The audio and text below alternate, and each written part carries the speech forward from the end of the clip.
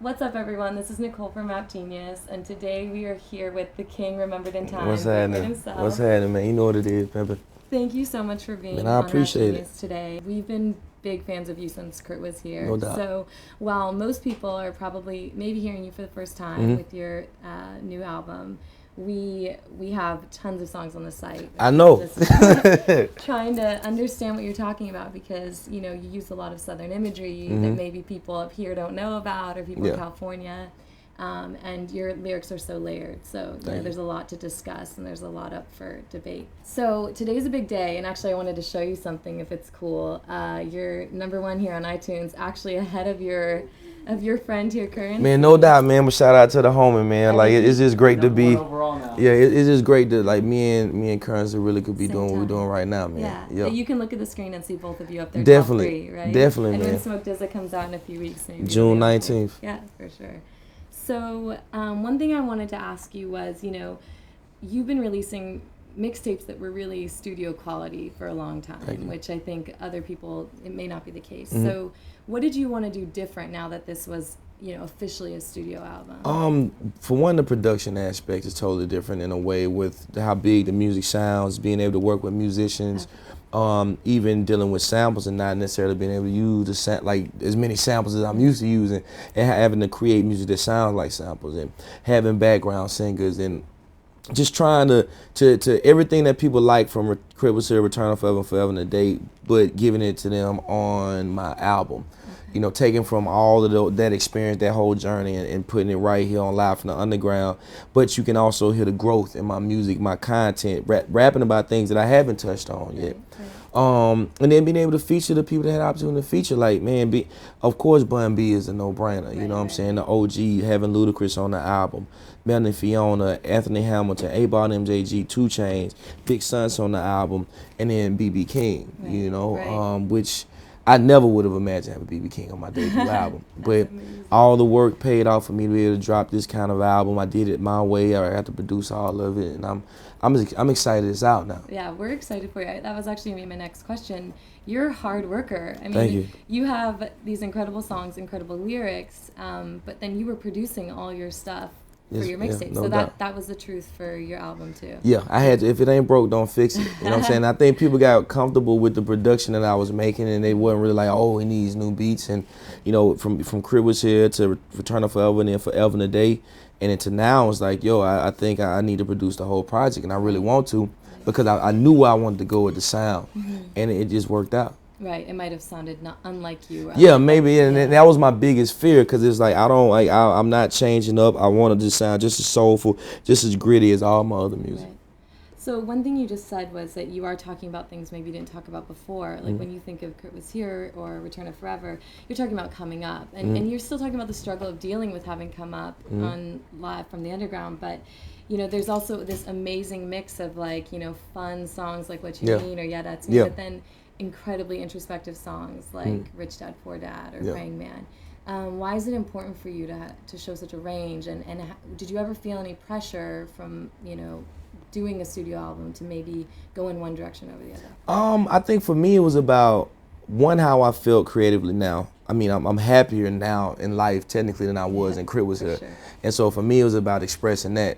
Being able to tour for 2.5 years showed me, okay, even how to make music that really that transforms well on stage with bands and things like that.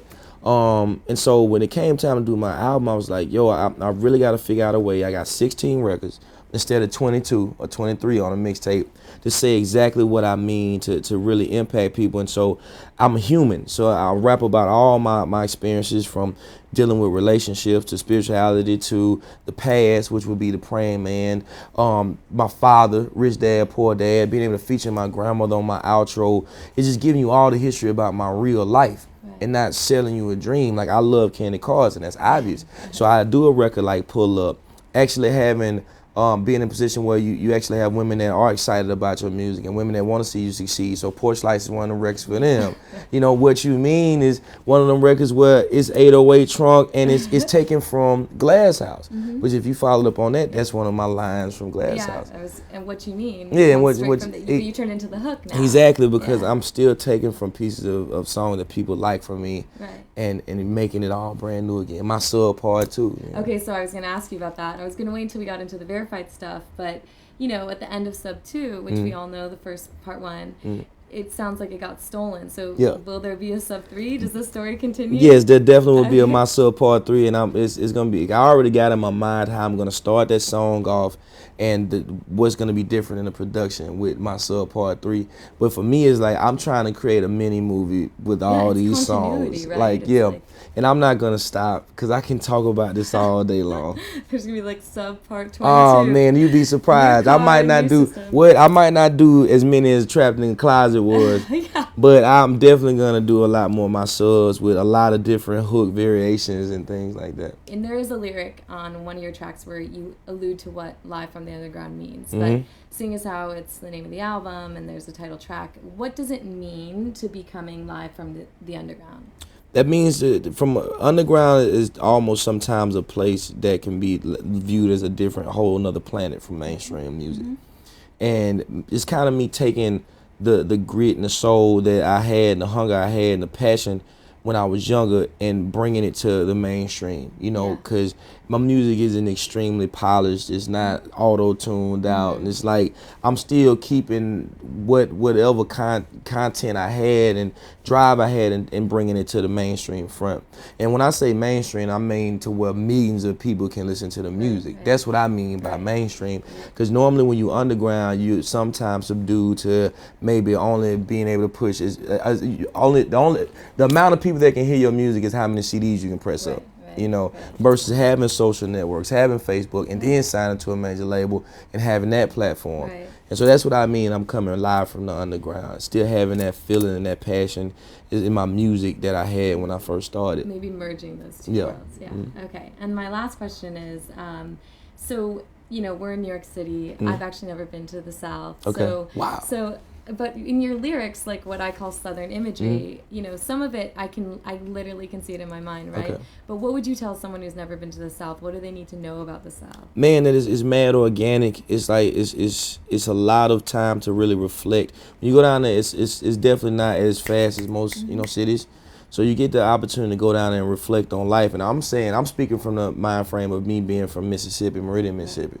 And, you know, just get to go down and get a lot of Southern hospitality, and then you see people that don't know you at all that may say, "Hey, how you doing?" Ask you how your day going, because that's the respectable thing to do down there. And so I mean, I encourage everybody to go, man, just to get a different view of it too, because it's not horsebacks, it's not dirt road like that. Even though you have that everywhere, because if you ain't in the city, no matter where you at, you in the country. Horses, you know what I'm saying? But I mean, it's definitely laid back. It's chill. It seems like the days go longer, so you can enjoy your day a little bit more. It's less traffic. You know. Sounds like a good life. Yes, definitely, definitely.